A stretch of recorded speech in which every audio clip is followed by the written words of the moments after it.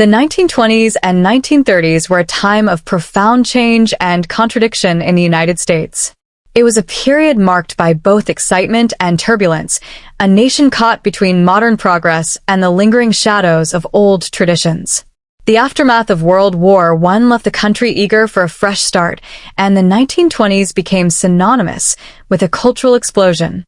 Known as the Roaring Twenties, this era ushered in a spirit of defiance and freedom. Cities buzzed with new music like jazz, young people pushed against societal boundaries, and consumer culture flourished with innovations like automobiles, radios, and motion pictures. Yet, beneath the surface of prosperity and liberation, there was a darker reality brewing, a reality shaped by the passage of the 18th Amendment in 1920. This amendment, enforced by the Volstead Act, prohibited the manufacture, sale, and transportation of alcoholic beverages across the nation. What was meant to be a moral reform to curb social ills instead gave rise to a sprawling underground economy. Rather than eliminating alcohol consumption, Prohibition created an enormous demand for illegal liquor, and where there was demand, a new breed of criminal enterprise emerged to supply it. The government's attempt to regulate personal behavior proved to be an impossible task. People who had once enjoyed a legal drink were not willing to give up alcohol simply because the law had changed. Across the country, hidden bars known as speakeasies became popular gathering spots. These secret establishments, concealed behind unmarked doors and requiring passwords for entry, offered illegal liquor to a public eager to evade the restrictive laws. In urban centers like Chicago and New York, thousands of speakeasies operated in plain sight, often protected by bribes and political connections. Prohibition created a perfect storm for organized crime to thrive. Supplying illegal alcohol required a vast and efficient system: smugglers to bring in liquor from Canada or the Caribbean, manufacturers to produce homemade alcohol known as bathtub gin, and distribution networks to deliver the product to speakeasies and private buyers. This underground industry became enormously profitable, attracting a new class of criminal entrepreneurs willing to use violence and intimidation to maintain control. Major cities became battlegrounds as rival gangs fought for dominance over the lucrative bootlegging trade. Chicago, in particular, became notorious for its bloody gang wars. Violence was not just a byproduct of the illegal alcohol business, it was a tool of survival and expansion. These criminal organizations functioned with military-like efficiency, enforcing loyalty through fear and eliminating competitors through assassinations and public displays of brutality. The law struggled to keep up. Local police departments were often outmatched, underfunded, or, worse, corrupted by the very criminals they were tasked with stopping. During the Prohibition era, many law enforcement officials found themselves compromised. The staggering profits generated by illegal alcohol allowed crime syndicates to buy protection from local politicians and police officers. Bribery became commonplace, allowing bootleggers to operate with near impunity. In some cases, entire police forces were on the payroll of organized crime groups, turning a blind eye to the smuggling, gambling, and violence happening under their jurisdiction. This culture of corruption further weakened public confidence in the justice system and emboldened criminal leaders. The media played a significant role in shaping public perceptions during this time. Newspapers sensationalized gangland violence and turned key criminal figures into celebrities. Headlines chronicled dramatic shootouts, high-profile murders, and bold public appearances. Some criminal figures, despite their violent methods, were portrayed as cunning, charismatic, and even glamorous. They became symbols of rebellion against an unpopular law, with certain segments of the public regarding them as modern-day Robin Hoods who provided jobs and support during the economic hardship of the Great Depression. The Great Depression, which began in 1929, added another layer of complexity to the situation. As the country plunged into economic chaos, public attitudes toward both the government and organized crime shifted. The widespread poverty and unemployment that defined the 1930s intensified frustrations with Prohibition. Many began to question whether the law was worth enforcing, especially when organized crime seemed to operate without consequence while ordinary Americans struggled to survive. This changing sentiment increased pressure on the government to act, both to curb the influence of organized crime and to reconsider the prohibition laws themselves. The federal government, recognizing the severity of the problem, began to take more aggressive steps to combat organized crime. Agencies like the Federal Bureau of Investigation, FBI, under the leadership of J. Edgar Hoover, expanded their resources and tactics. For the first time, the federal government prioritized the dismantling of criminal empires, using advanced investigative methods and new legal strategies to pursue figures who had previously seemed untouchable. Despite their violent reputations, many of the most infamous crime bosses would ultimately face justice not for their most heinous crimes, but for financial offenses like tax evasion. The 1920s and 1930s left an indelible mark on American history, transforming the relationship between the government, the law, and the public. The era demonstrated the unintended consequences of moral legislation and highlighted the limits of law enforcement when faced with highly organized and well-funded criminal enterprises. It also underscored how public fascination with crime and power can blur the line between villain and folk hero. Through it all, the rise and fall of these criminal figures reflected a broader struggle within American society, a struggle between order and lawlessness, ambition and morality, power and justice.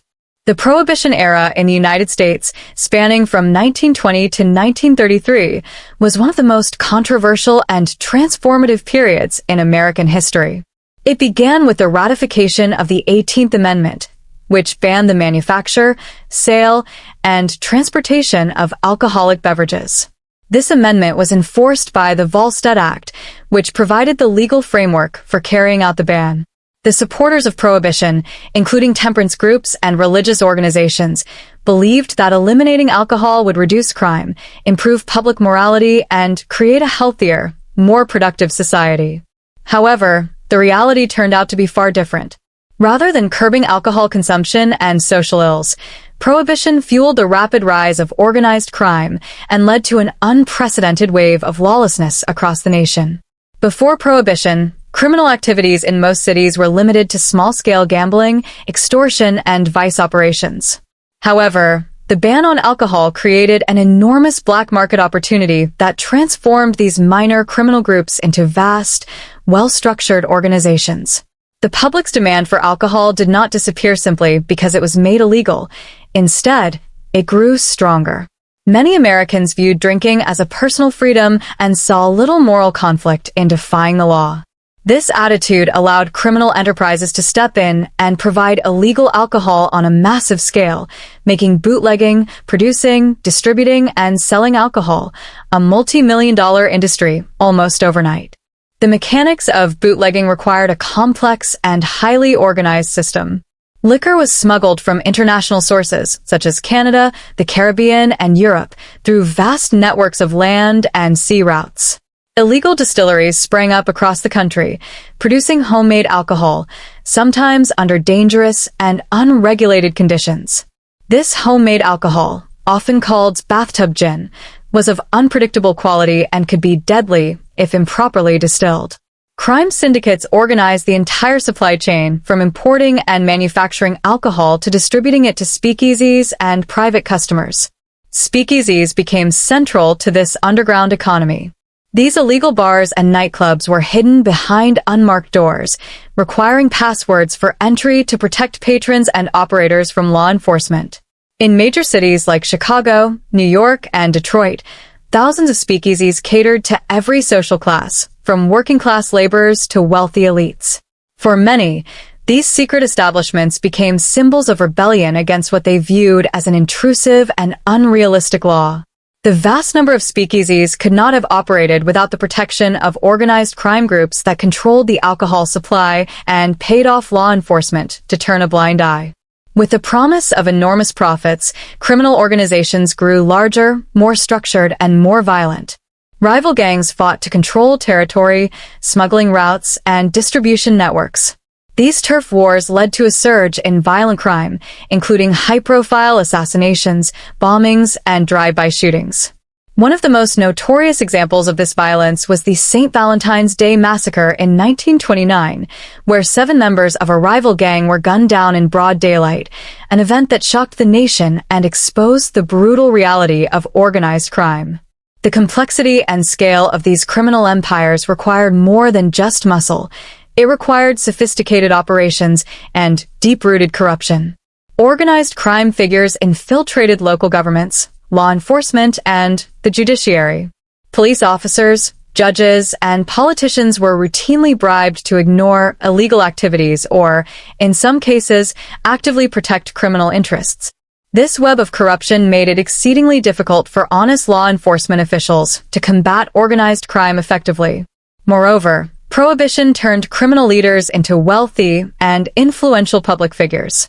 These crime bosses not only controlled the alcohol trade, but also expanded into other illegal ventures such as gambling, prostitution, and loan sharking. Their financial power allowed them to operate with impunity for years, as they bought political protection and legal immunity. Some became almost mythic figures in the public imagination, admired by some for their boldness and loathed by others for their brutality. The media played a crucial role in glamorizing their lives, feeding the public's fascination with these powerful and dangerous men.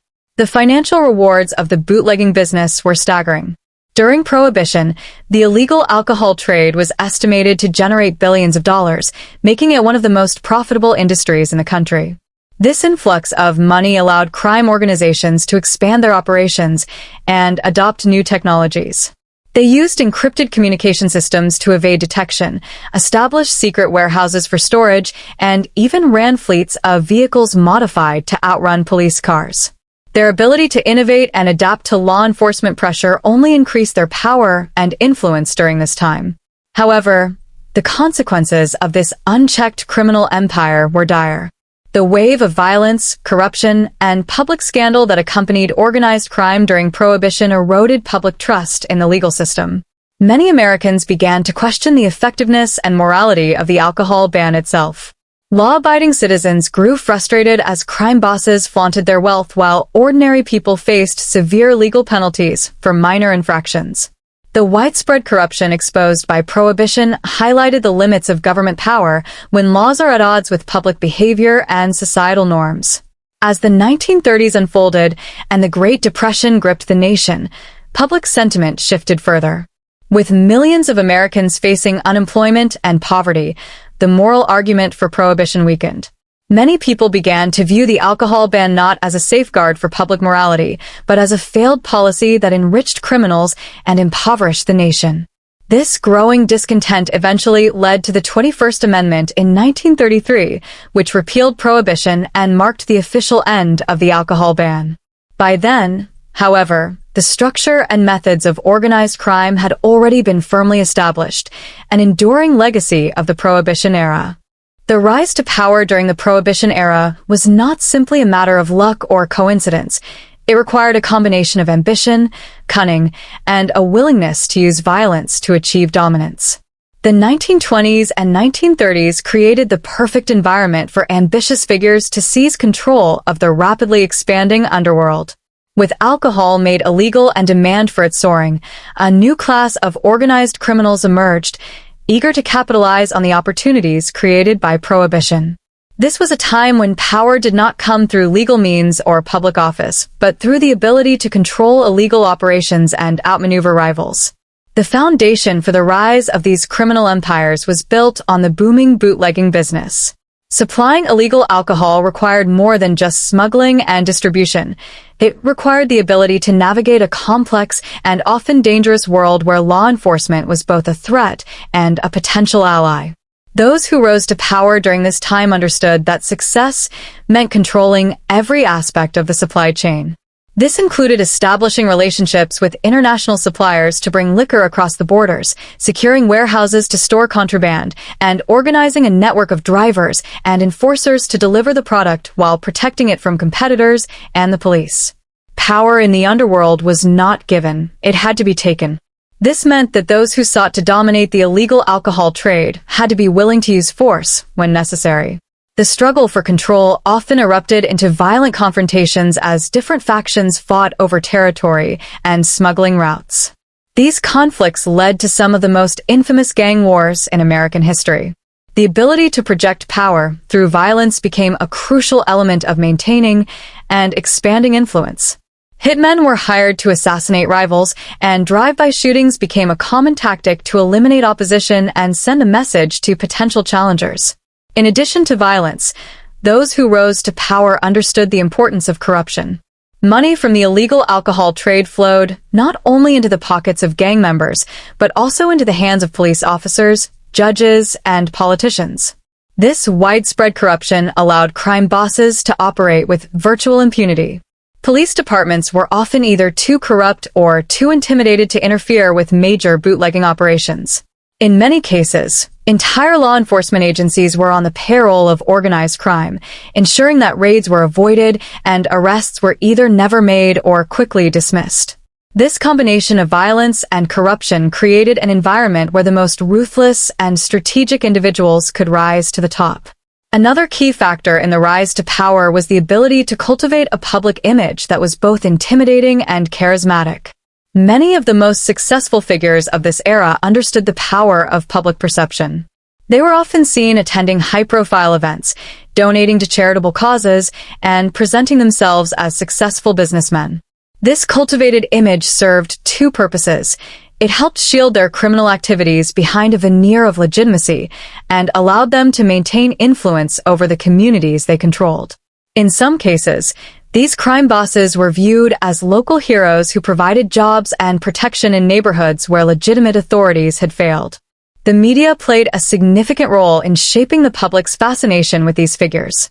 Newspapers eagerly covered their exploits, often portraying them as larger-than-life characters. This media attention elevated their status and, in some cases, added to their power by creating an aura of invincibility. Headlines detailed their lavish lifestyles, their cunning escapes from law enforcement, and the brutal methods they used to maintain control. This public fascination created a paradox. While law enforcement worked to dismantle their empires, the public remained captivated by their rise and the legends surrounding them. However, rising to power in the criminal underworld required more than just brute force and media savvy. It also required an exceptional degree of organization and intelligence. Successful crime bosses structured their operations like legitimate businesses. They established hierarchies with clear lines of command, from low-level enforcers to trusted lieutenants who managed day-to-day operations. They used sophisticated bookkeeping methods to track profits and expenses, and they implemented strict codes of loyalty to prevent information from reaching law enforcement. This organizational structure allowed them to manage large-scale operations and maintain a high degree of secrecy and efficiency.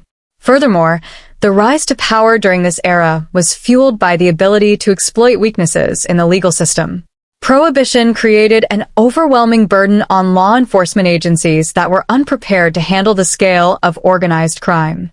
State and local governments lacked the resources and coordination to combat well-funded and highly organized criminal networks.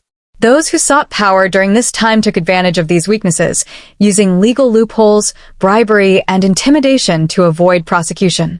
Even when arrests were made, convictions were difficult to secure because witnesses were often too afraid to testify, and juries were easily influenced by public sentiment or direct bribery. The rise to power also required adaptability. As law enforcement tactics evolved, so did the methods of organized crime. Crime bosses employed skilled lawyers to defend them in court, used coded messages to evade wiretaps, and diversified their operations to include other lucrative illegal activities such as gambling, prostitution, and loan sharking. This ability to adapt to changing circumstances allowed the most powerful figures to survive and thrive while others fell victim to law enforcement crackdowns or internal betrayals. Ultimately, the rise to power during the Prohibition era was a product of ambition, violence, and an acute understanding of human nature. Those who succeeded did so by exploiting both legal and social systems, leveraging fear and loyalty in equal measure. They built empires that extended beyond the illegal alcohol trade, creating networks of influence that touched every aspect of life in the cities they controlled. This period remains a powerful reminder of how fragile the line between law and lawlessness can be when ambition is unchecked and society itself is divided over the meaning of justice. During the Prohibition era, Chicago became one of the most infamous battlegrounds for organized crime in the United States. The city's strategic location near the Canadian border and major transportation routes made it a prime hub for the illegal alcohol trade. The ban on the manufacture, sale, and distribution of liquor created a massive black market that turned the city into a war zone where rival gangs fought for dominance. Control over Chicago meant controlling not only the flow of illegal alcohol but also the city's political and legal systems.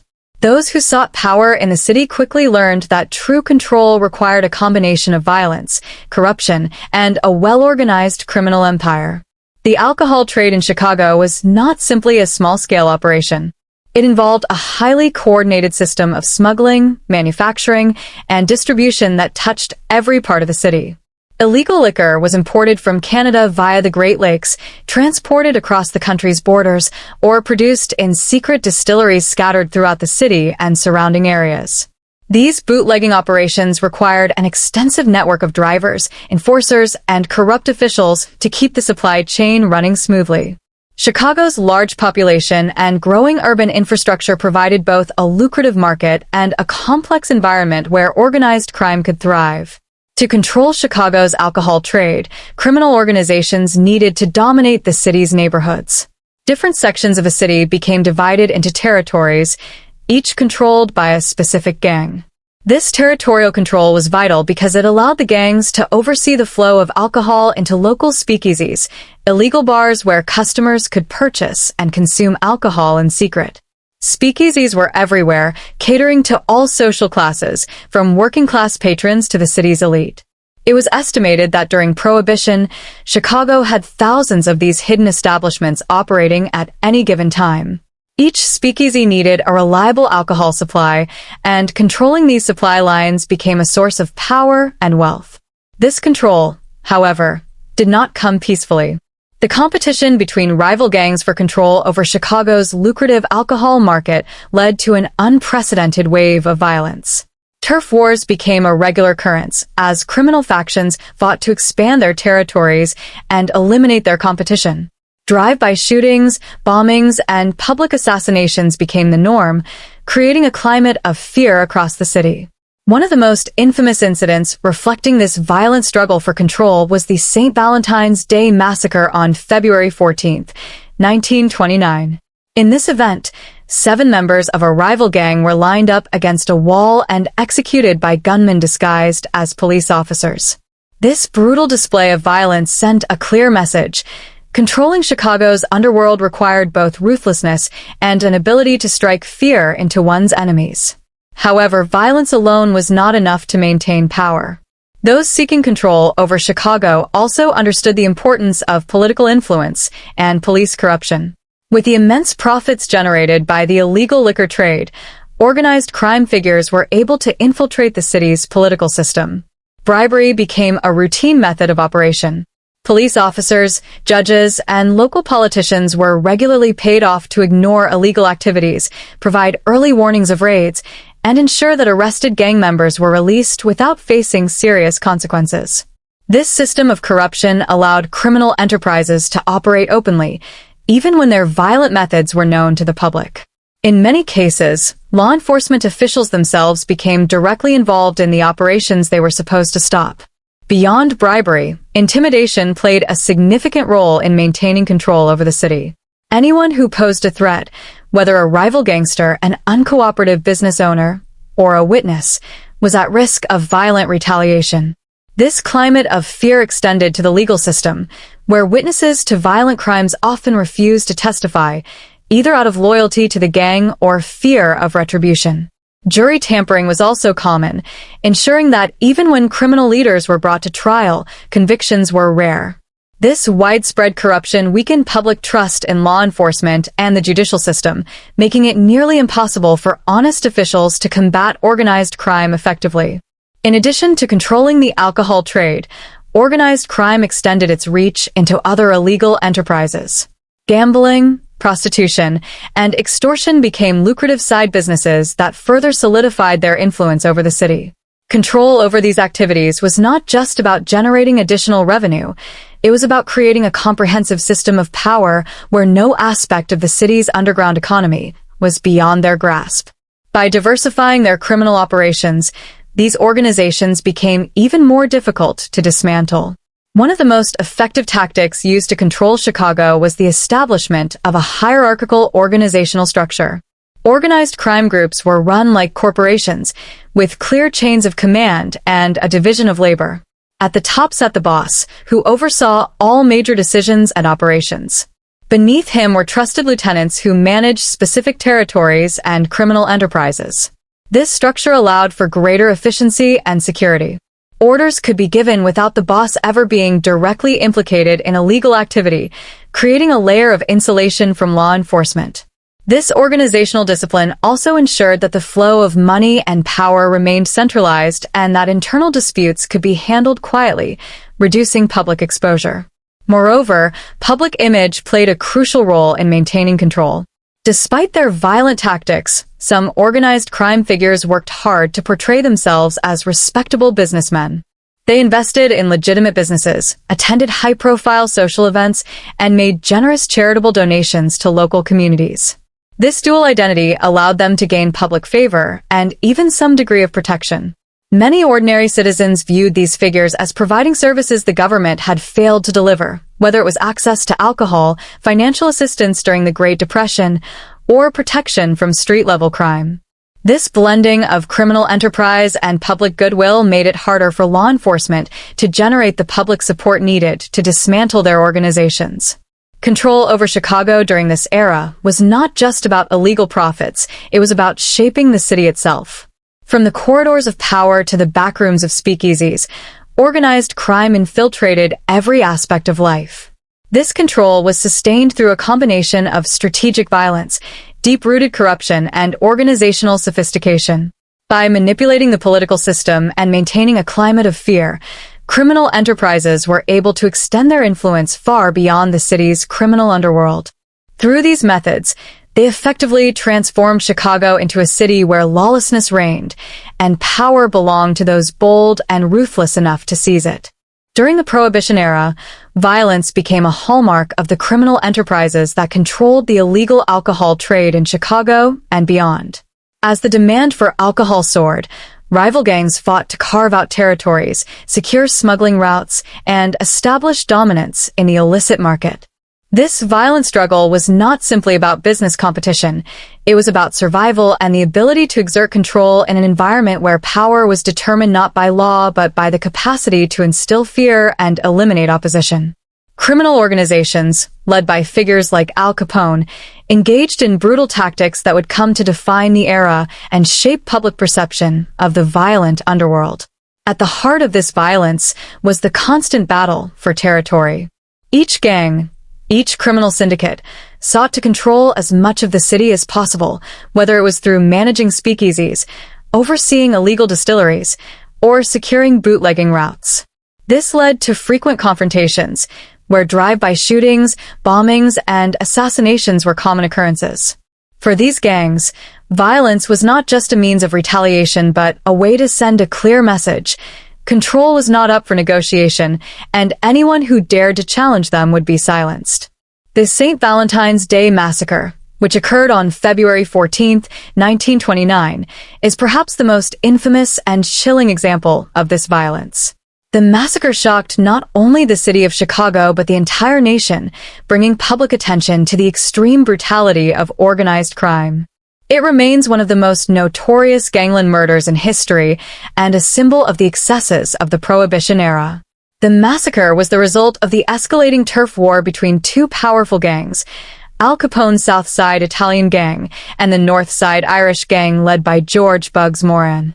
Capone, at this point, had already cemented himself as the most powerful and feared gangster in Chicago, having eliminated many of his rivals. However, Moran's gang, despite being smaller, had been a persistent thorn in Capone's side, competing for control of the lucrative North Side bootlegging trade. This rivalry had simmered for years, with both sides using threats, violence, and even assassination attempts to gain the upper hand. The tension eventually boiled over into a cold, calculated act of murder that would leave a lasting stain on the city's history.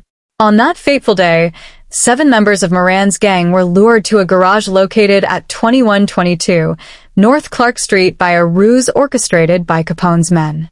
Moran's associates had gathered in the garage, expecting to meet with a bootlegging contact to discuss business.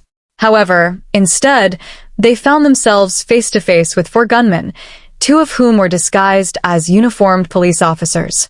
The gunmen, armed with Tommy guns, opened fire on the unsuspecting gang members, gunning them down in a matter of seconds. The victims were shot at close range, with some of them hit over 50 times. The killers did not hesitate, and their ruthless execution left no room for mercy. The massacre was meticulously planned and carried out with chilling efficiency. The use of police uniforms was a key detail, allowing the gunmen to approach their victims without raising suspicion. In fact, Moran's men initially believed they were about to be arrested and had no idea they were being set up for their execution. The scene was so gruesome that it sent shockwaves throughout the country, with newspapers covering the story for days. The public could no longer deny the extent to which organized crime had infiltrated the city of Chicago and, by extension, American society. The aftermath of the massacre exposed the dark, violent underbelly of the Prohibition era. The media frenzy surrounding the killings not only brought public attention to Capone's role in the violence, but also underscored the growing frustration among citizens about the inability of law enforcement to combat the escalating gang wars. Despite the clear evidence of the massacre's brutality, the authorities were unable to bring the perpetrators to justice. Moran, the target of the attack, was not in the garage at the time, having narrowly escaped the massacre, but he was left devastated by the loss of his men. He later claimed to have had a hunch that something was wrong and had avoided the trap, but the massacre effectively destroyed his gang's ability to compete with Capone's organization. For Capone, the massacre was a message of dominance, a brutal demonstration of his unchallenged control over the city's criminal underworld. However, the public reaction to the massacre was not one of awe but of horror. The sheer scale of the violence, coupled with the execution-style killings in broad daylight, shocked even those who had grown used to the lawlessness of the Prohibition era. The massacre was a turning point in public perception of organized crime and prompted calls for more action from the government to address the growing power of gangsters like Capone. The St. Valentine's Day massacre also marked a turning point in law enforcement's response to organized crime. While Capone had been able to operate with relative impunity up until this point, the massacre and the resulting public outcry led to increased attention from both local and federal law enforcement. Authorities, especially those working for the Treasury Department, began to intensify their efforts to take down Capone and other gang leaders. The FBI, under J. Edgar Hoover, also began to recognize organized crime as a major threat to national security and public order, shifting their focus from isolated criminals to sophisticated, large-scale criminal networks. Despite the public outcry and the heightened law enforcement attention, Capone's empire remained largely intact for several more years. His ability to bribe and intimidate officials allowed him to evade major legal consequences, and his reputation for violence ensured that few dared to challenge him. However, the massacre would ultimately become a symbol of the corruption and lawlessness that defined the era. Even though Capone would eventually fall due to tax evasion charges, the St. Valentine's Day massacre remains an indelible part of his legacy, reflecting the brutal methods by which he maintained his power and struck fear into the hearts of both his enemies and the general public. In the broader context of the Prohibition era, the massacre highlighted the destructive consequences of criminal enterprises that were allowed to operate unchecked. It illustrated how violence could become a central part of life for those involved in organized crime and how entire communities could be torn apart by gang rivalries. The St. Valentine's Day massacre became a defining moment in the history of organized crime, and it forever altered the course of law enforcement's efforts to take down notorious figures like Al Capone. One of the most striking elements of Al Capone's rise to power was his ability to craft and maintain a public persona that balanced between charm and intimidation. Capone understood the immense power of image, how it could shape perceptions, sway public opinion, and influence both his allies and rivals. In many ways, his public image was as carefully crafted as the criminal empire he built, and it played a crucial role in his success. His ability to appeal to the masses, gain their trust, and present himself as both a businessman and a philanthropist helped shield him from the law for much longer than most of his rivals.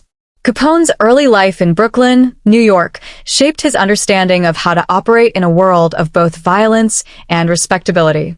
He quickly learned the importance of presenting himself in a way that would earn admiration and loyalty.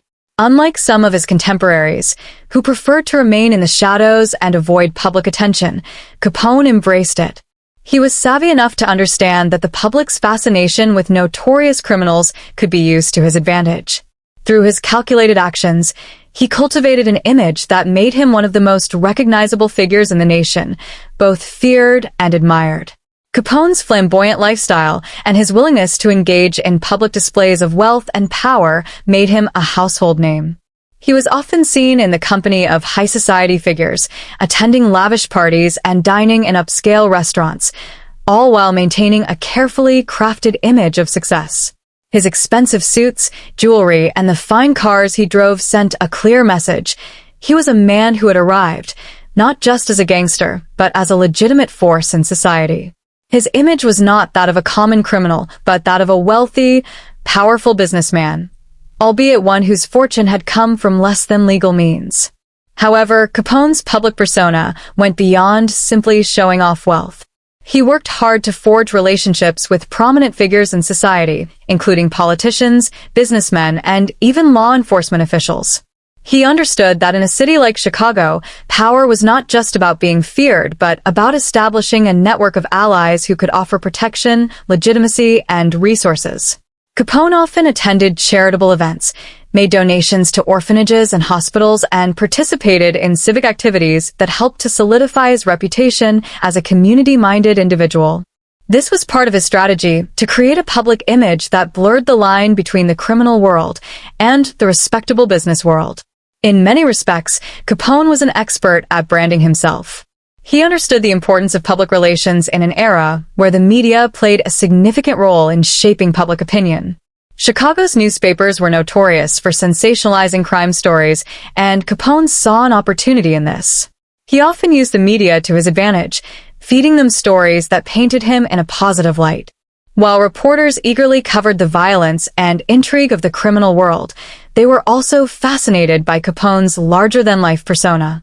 Stories about his lavish lifestyle, his good guy reputation among some sections of society, and his generosity toward the less fortunate contributed to a complex and contradictory image. On one hand, he was seen as a ruthless gangster. On the other, he was a benefactor who cared for the poor and underprivileged. Capone's ability to manipulate the press was evident in how he responded to the public's perception of his violent actions.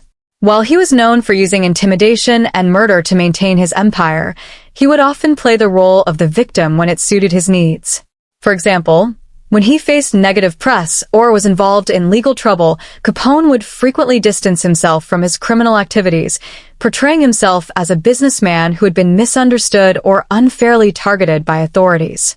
His ability to present himself as a man who was simply trying to provide for his family and community made him a more sympathetic figure in the eyes of some members of the public, even as he continued to operate his illegal empire. This public image was also crucial in Capone's ability to avoid legal trouble for so long. The fact that he presented himself as a respectable businessman with strong ties to the community allowed him to skirt suspicion. Law enforcement, on the other hand, was forced to contend with the complexity of his public persona. Many politicians and law enforcement officers were either bribed or intimidated into turning a blind eye to Capone's criminal activities. His charm and charisma allowed him to infiltrate the circles of power in Chicago, where he made key connections that kept him insulated from serious legal repercussions. Capone's charisma and personality were such that he was able to inspire intense loyalty in those around him. His subordinates, many of whom were involved in the most violent and illegal activities, viewed him not only as a leader but as a figure of respect and admiration. Capone's ability to form such close personal bonds with his associates meant that his power was not solely built on fear, but on the loyalty he fostered through his personal charm and influence. This loyalty allowed him to maintain control of his empire despite constant challenges from both rival gangs and law enforcement. While Capone's public persona was a major part of his success, it also came with its complications. The more he embraced the public spotlight, the more he invited scrutiny. Capone's visible success and constant media attention eventually made him a target for both law enforcement and the public. His willingness to operate in the open and his showy displays of wealth attracted the attention of government officials who were becoming increasingly determined to bring him down. As his empire expanded, so did the risk of exposure, and his efforts to cultivate a positive image only served to paint a target on his back. Despite these risks, Capone's understanding of public relations and his ability to create a powerful personal brand allowed him to stay on top for many years. His image, carefully honed through public appearances, media manipulation, and acts of charity, helped him to outmaneuver rivals and avoid major legal consequences for a long period of time. Even as his criminal empire came under attack from law enforcement and his violent methods led to increasing public outrage, Capone's personal charisma remained a key element of his power. Through his public image, he was able to ensure that, for many, he would remain a celebrated and feared figure long after his criminal empire began to crumble. The fall of Al Capone is a story as fascinating as his rise to power. Despite his control over Chicago, his vast criminal empire, and his ability to escape numerous law enforcement attempts to bring him down, it was tax evasion, something seemingly mundane in comparison to his violent reign, that ultimately led to his downfall. Capone's eventual conviction and imprisonment represented a critical moment in the history of organized crime in the United States, signaling a shift in law enforcement's approach to tackling criminals who had, up until then, managed to evade justice through violence, corruption, and intimidation. For much of his career, Capone was a master of evasion. He operated in a world where laws were often bent or broken, and where money and influence could shield criminals from facing the consequences of their actions. Despite numerous violent acts, racketeering schemes, and other illegal operations, Capone was able to avoid prosecution due to the difficulty of obtaining concrete evidence of his involvement. His extensive network of bribed officials, corrupt law enforcement officers, and other insiders allowed him to operate with relative impunity. However, his most significant enemy was not another gangster or corrupt official. It was the federal government, and more specifically, the Internal Revenue Service, IRS. In the early 1920s, as Capone's empire grew, he began attracting attention from the authorities. Local law enforcement could not touch him, but the federal government, with its expanding reach and newfound focus on organized crime, began looking for ways to bring him down. The Prohibition laws had granted government agencies like the IRS a greater role in investigating and prosecuting organized crime, especially for the illegal profits generated by bootlegging and other illicit activities. Capone's wealth and power were undeniable, but the one thing that could be used against him was his failure to pay taxes on his substantial income. The government's shift toward prosecuting criminals for tax evasion proved to be Capone's Achilles heel, and it ultimately led to his undoing. The key figure in Capone's eventual downfall was Elliot Ness, a young agent with the Treasury Department, who led a special team known as the Untouchables. Ness's team was tasked with gathering evidence to bring Capone to justice. However, this was no easy task. Capone was known for his ability to intimidate witnesses, tamper with juries, and manipulate the legal system to his advantage. The IRS, however, focused on a different approach: financial records. By carefully examining Capone's financial transactions, the government began to build a case against him for tax evasion. Despite his vast wealth, Capone had not filed income taxes in many years, which was a glaring problem, especially for someone so publicly wealthy. His lavish lifestyle, which included expensive cars, jewelry, a private mansion, and an entourage of bodyguards and associates, was directly at odds with his reported income, raising red flags with federal investigators. While Capone had kept his criminal operations largely out of the public eye, he had not been as careful about his financial dealings. His wealth was visible to anyone paying attention, and the government was able to seize on this contradiction to build their case. The IRS focused on tracking Capone's income and expenditures, identifying a series of unreported earnings that painted a damning picture of his financial activities. Despite the high level of corruption in Chicago and Capone's near-total control over local law enforcement, the government's relentless pursuit of tax evasion charges eventually wore him down. The legal strategy used against Capone was ingenious, considering how difficult it had been for authorities to build a case against him for his violent activities. As the government scrutinized Capone's financial records, they discovered that he had failed to file tax returns for multiple years, despite earning millions from his illegal operations. He had lived lavishly, but when it came time to explain his income to the government, he had no legitimate source to point to. For years, Capone had relied on bribing officials to protect him and had used his public persona as a cover for his illicit activities. However, when faced with the implacable machinery of the IRS, his defenses crumbled. His wealth, which had been his greatest asset in avoiding prosecution, became the very thing that exposed his criminal life. In 1931, after a long and arduous investigation, Capone was charged with income tax evasion. The charges were relatively minor in comparison to his other crimes, yet they represented a monumental shift in how organized crime was dealt with in the United States. The government's decision to prosecute Capone for tax evasion rather than murder or bootlegging was a calculated one.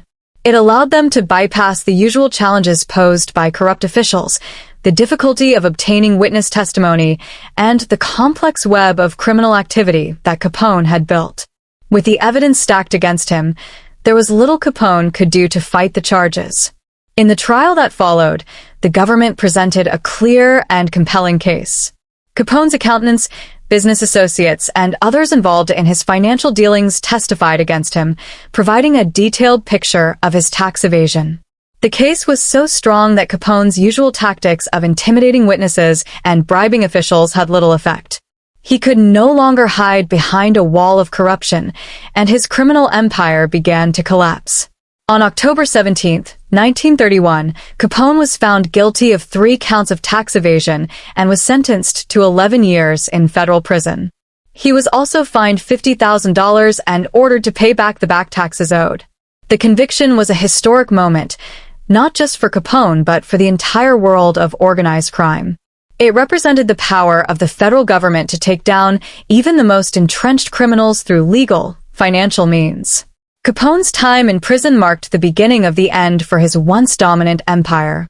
He was initially sent to Atlanta Penitentiary, where his influence was still felt, but in 1934, he was transferred to the infamous Alcatraz prison, a maximum security facility that housed the most dangerous criminals in the United States. There, Capone's health began to deteriorate rapidly. The man who had once been feared by all was now a shadow of his former self, suffering from syphilis, a disease that had gradually deteriorated his mental and physical health. His reign of terror was over, but the legend of Al Capone would live on in popular culture as a symbol of the power, violence, and corruption that defined the Prohibition era. Capone's fall also marked a turning point in how the government dealt with organized crime. His conviction established a precedent for prosecuting criminals based on financial crimes rather than focusing solely on their violent actions. It sent a message to other gangsters that the government had the tools and determination to dismantle criminal empires, even if it meant targeting them through their finances. Capone's inability to evade justice through the simple yet effective strategy of tax evasion illustrates the limits of power, even for the most ruthless criminals. The legacy of Al Capone is one that remains deeply entrenched in American culture and history, shaping not only the world of organized crime but also the broader societal view of crime, law enforcement, and power.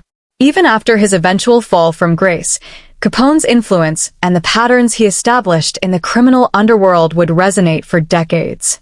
His story serves as both a warning and a blueprint for future generations of criminals, as well as a reflection of the complex relationship between power, law, and the American dream. Capone's criminal empire, which was built upon the illegal trade of alcohol during Prohibition, ultimately became a model for other crime syndicates. His empire was not simply a collection of illicit operations. It was a carefully crafted business.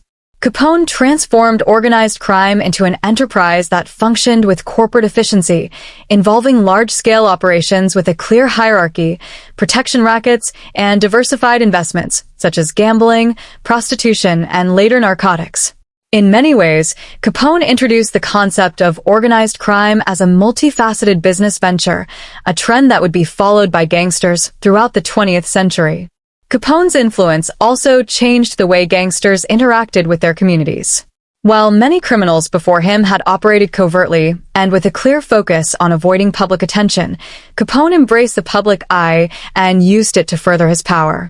His ability to cultivate a persona of glamour and generosity, alongside his brutal tactics, allowed him to both instill fear in his rivals and to cultivate a certain loyalty among the public.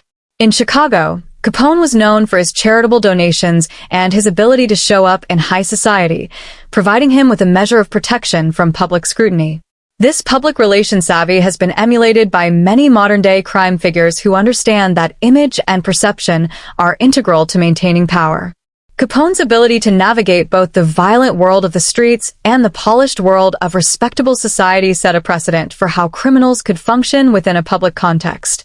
His rise and fall also represented a shift in how law enforcement approached organized crime. Capone's downfall at the hands of the IRS set a key precedent for modern investigative tactics. His eventual conviction on tax evasion was a monumental moment in the fight against organized crime, and it proved that financial investigations could be as potent as traditional law enforcement techniques.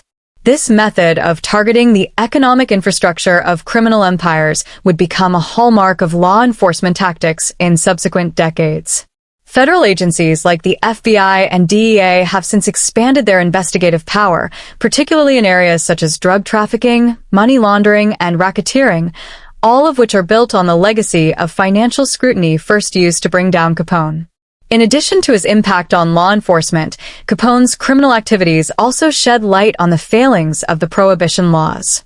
While the laws themselves were intended to curb alcohol consumption, they had the opposite effect, creating a massive underground economy. Capone's involvement in bootlegging was just one part of a much larger issue. The Prohibition era gave rise to the growth of organized crime in cities across the U.S., with gangs seeking to fill the demand for alcohol. Capone's success during this period highlighted how illegality breeds crime when it comes to prohibitive measures that don't address demand. The public's increasing disillusionment with Prohibition, fueled in part by figures like Capone, eventually led to the repeal of the 18th Amendment in 1933.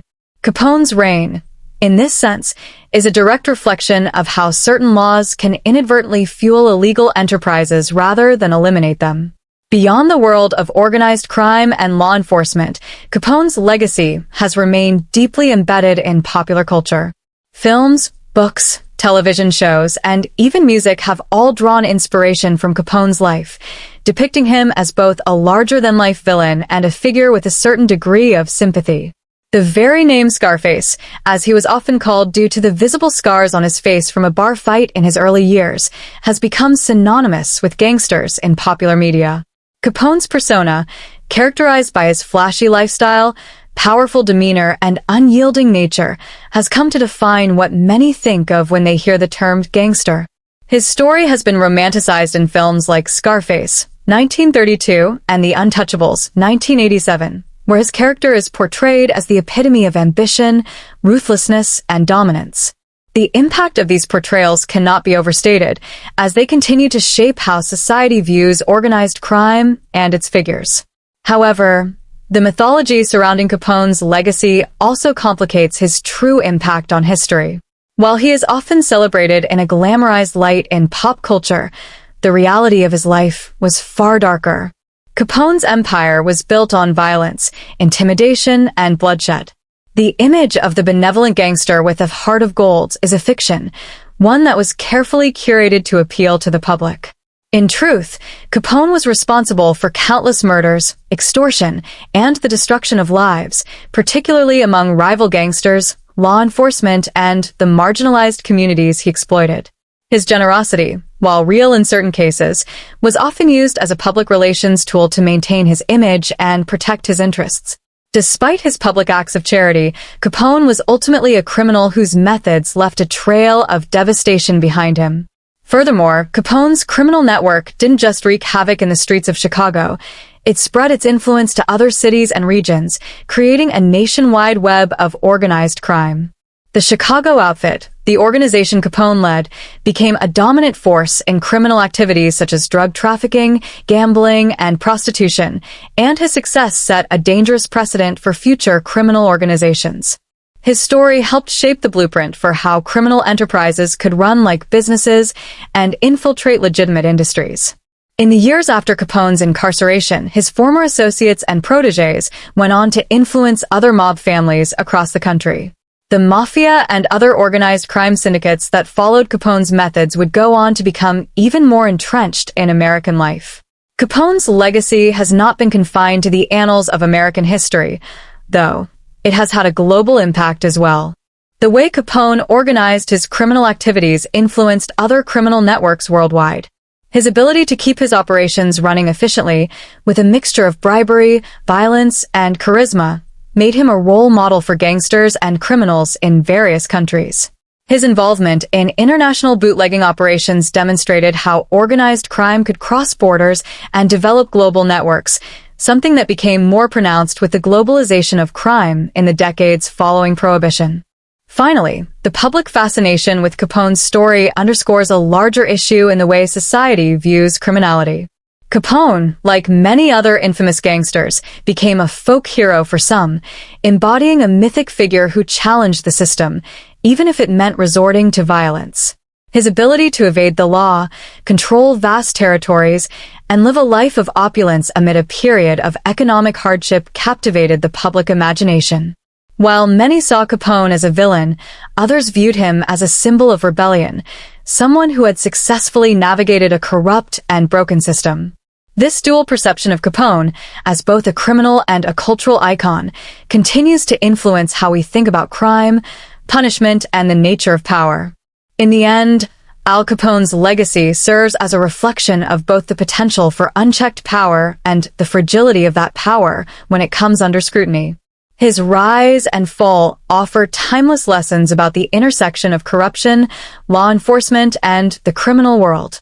While his name has become synonymous with organized crime, his story is far more complex, an illustration of both the dangers and the allure of a life lived in defiance of the law. The impact of Al Capone on law enforcement and government policy was profound, marking a shift in how the U.S. government approached organized crime, criminal justice, and the application of legal tools to dismantle criminal syndicates. Capone's rise to power and subsequent downfall at the hands of the IRS fundamentally changed both the way crime was prosecuted and the resources that were allocated to combat criminal enterprises. His legacy provided law enforcement with new tactics and strategies that would become crucial in tackling organized crime in the decades to come, reshaping not only federal investigative efforts, but also public attitudes toward the role of government in fighting crime.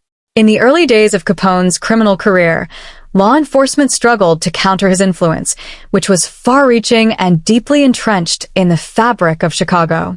At a time when corruption was rampant and local law enforcement was often compromised by bribes and intimidation, Capone's criminal activities thrived unchecked.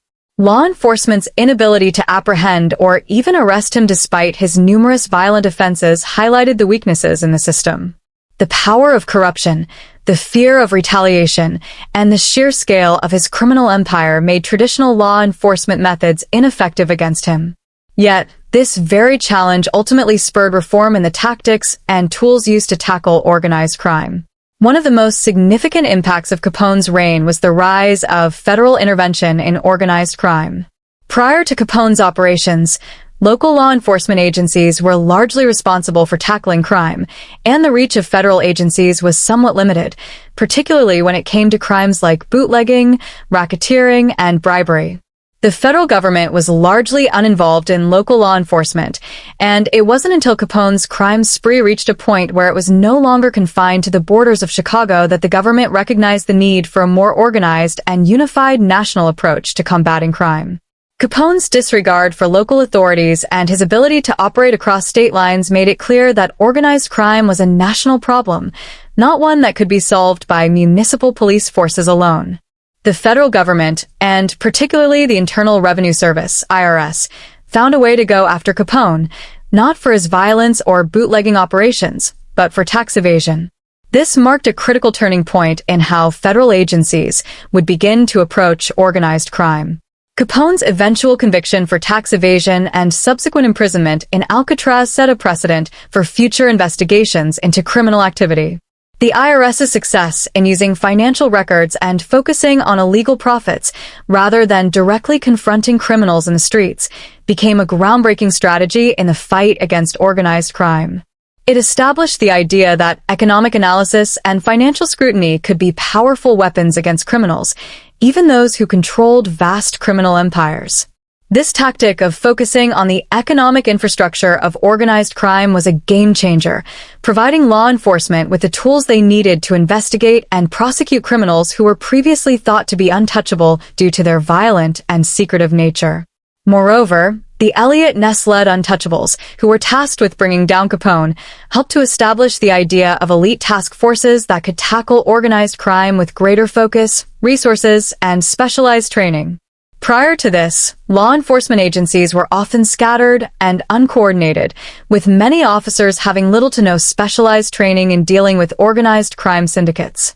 The success of the Untouchables showed that dedicated, specialized teams could not only take down powerful criminals, but could do so using methods that were outside the scope of traditional policing.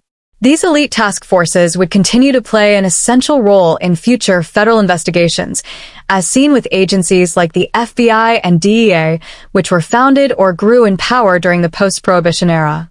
The government's experience in going after Capone also highlighted the importance of collaboration between different levels of law enforcement. The federal government's involvement in Capone's prosecution marked the beginning of interagency cooperation between federal, state, and local authorities in the fight against organized crime. In many ways, Capone's downfall was a result of agencies working together in ways they hadn't before, setting a precedent for future criminal investigations.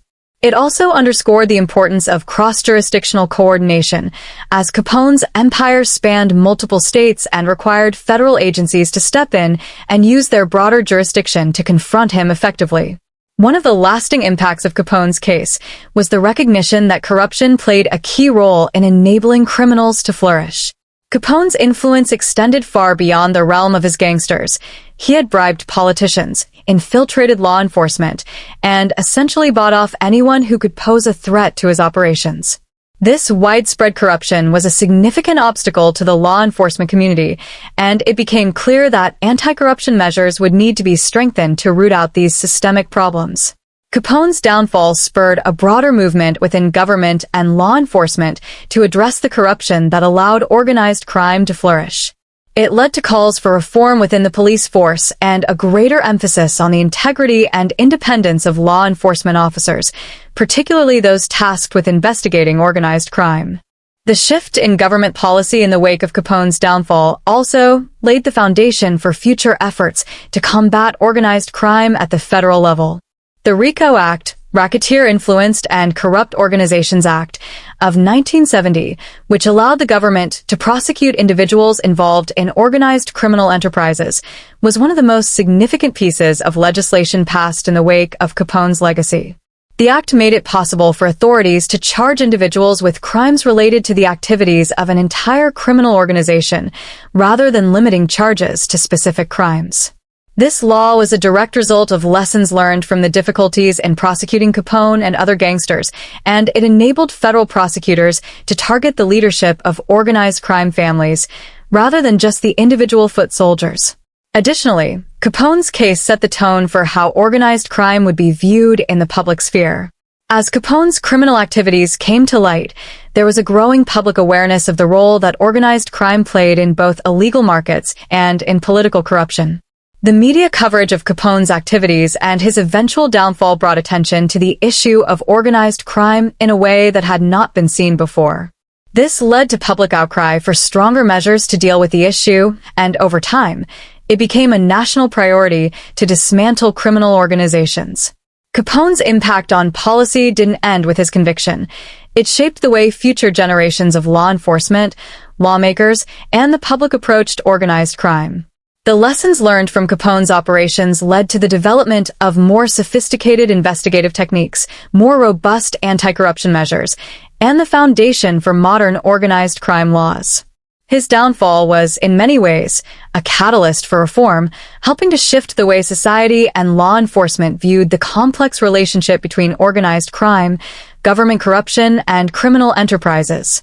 Ultimately, Capone's legacy as a criminal mastermind who outwitted and outlasted the law for so long gave rise to a new era of law enforcement innovation and policy change that would redefine the fight against organized crime for generations to come. The fall of Al Capone from a powerful and feared criminal mastermind to a broken man in prison is one of the most dramatic and defining moments in the history of organized crime.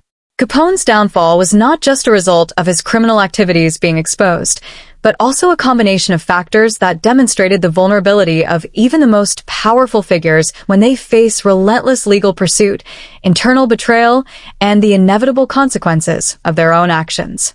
His decline and imprisonment serve as a stark reminder that no one, no matter how powerful or untouchable they may seem, is immune from the consequences of their criminal empire. The end of his reign illustrates how power can be fleeting and how the justice system, though often slow, can catch up with even the most infamous criminals. Capone's life before his imprisonment was marked by absolute dominance in the criminal underworld, particularly in Chicago. He controlled every facet of organized crime in the city, from bootlegging and prostitution to gambling and racketeering. His criminal empire, which operated on an enormous scale, was built on violence, corruption, and manipulation. He was a skilled manipulator who knew how to navigate the world of politics, law enforcement, and business to protect his empire from law enforcement and rivals alike. His ability to intimidate, bribe, and control his underlings allowed him to remain at the top for years. His image, carefully cultivated through media and public acts of charity, gave him a sense of invulnerability. He was the king of the Chicago underworld, seemingly beyond the reach of the law. However, despite his iron grip on power, cracks began to show in Capone's empire. His ruthlessness and increasing willingness to eliminate anyone who posed a threat to his empire led to more public scrutiny and growing resentment from rival gangs, law enforcement, and even the general public. Capone's violent actions, including the infamous St. Valentine's Day massacre of 1929, which resulted in the brutal killing of 7 members of a rival gang, marked a turning point in his reign. The massacre, in particular, captured national attention and solidified Capone's reputation as a bloodthirsty and dangerous figure. It also attracted the FBI and federal investigators, who had previously struggled to make any headway against his criminal empire.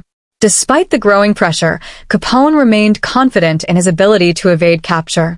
However, his confidence would soon be shattered by the rise of a new investigative force determined to bring him down. The IRS, led by the determined agent Elliot Ness and his elite team, known as the Untouchables.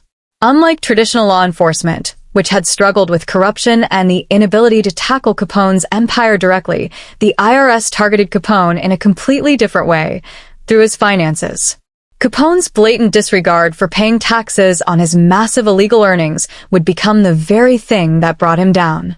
The government's decision to prosecute him for tax evasion was a masterstroke, as it allowed them to focus on a legal avenue that did not require proof of direct criminal activity like murder or bootlegging. The IRS agents began meticulously tracing his finances, gathering evidence, and building a case that would ultimately lead to Capone's conviction. Capone's trial for tax evasion in 1931 was a pivotal moment in his decline. While his criminal empire was built on violence and intimidation, his conviction for tax evasion marked the beginning of the end for his reign. The trial exposed the depths of his financial empire and revealed the many ways in which Capone had hidden his wealth, using a complex web of shell companies, fake names, and bribes to evade taxes. Despite his efforts to avoid conviction, the mountain of evidence presented during the trial left Capone with little chance of escaping a lengthy prison sentence.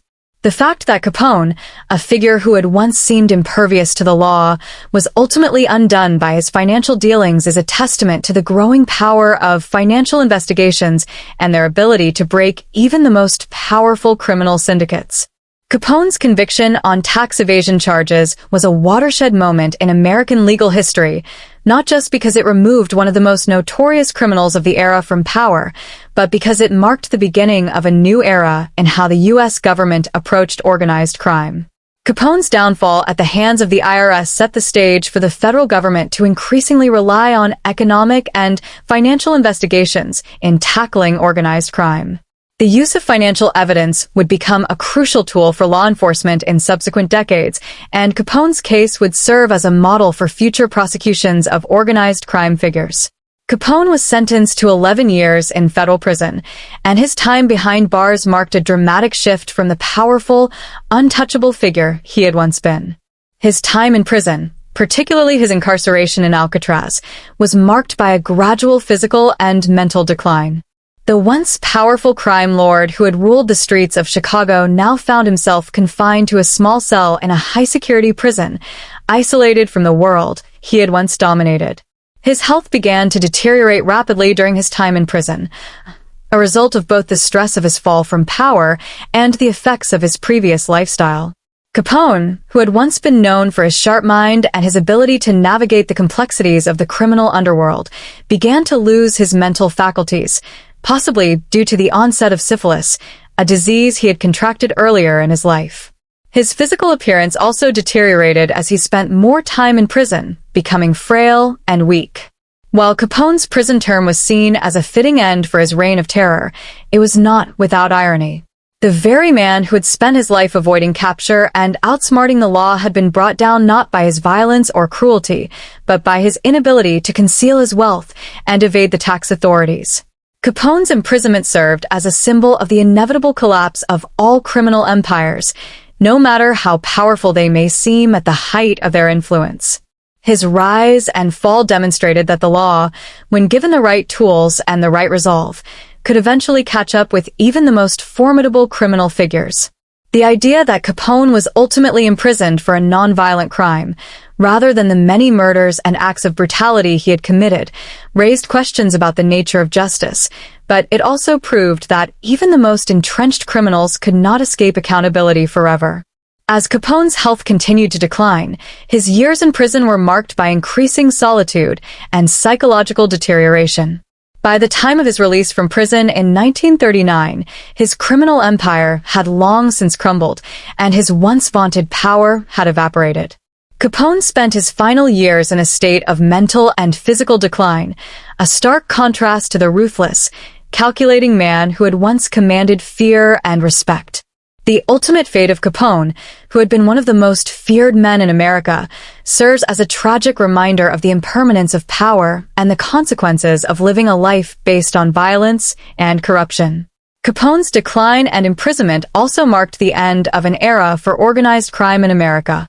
While his criminal empire was dismantled, the power vacuum he left behind would be quickly filled by other criminal organizations, some of which were shaped by the same ruthless principles that Capone had used to build his empire.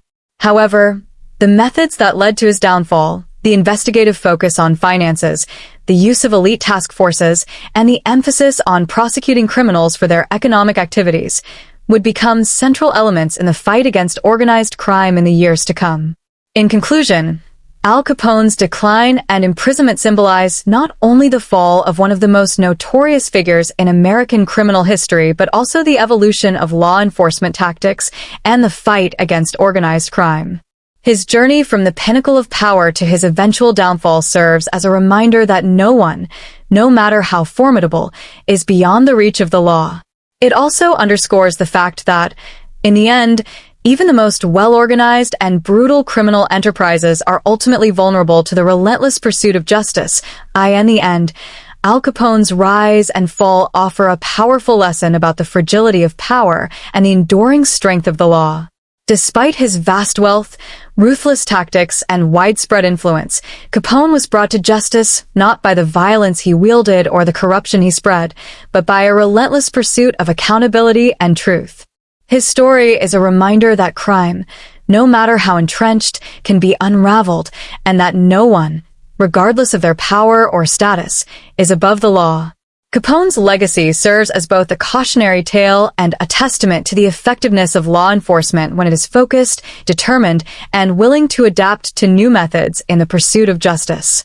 As we look back on his life, we are reminded that even the most notorious criminals are eventually faced with the consequences of their actions, and that the fight for justice remains unyielding, no matter the odds.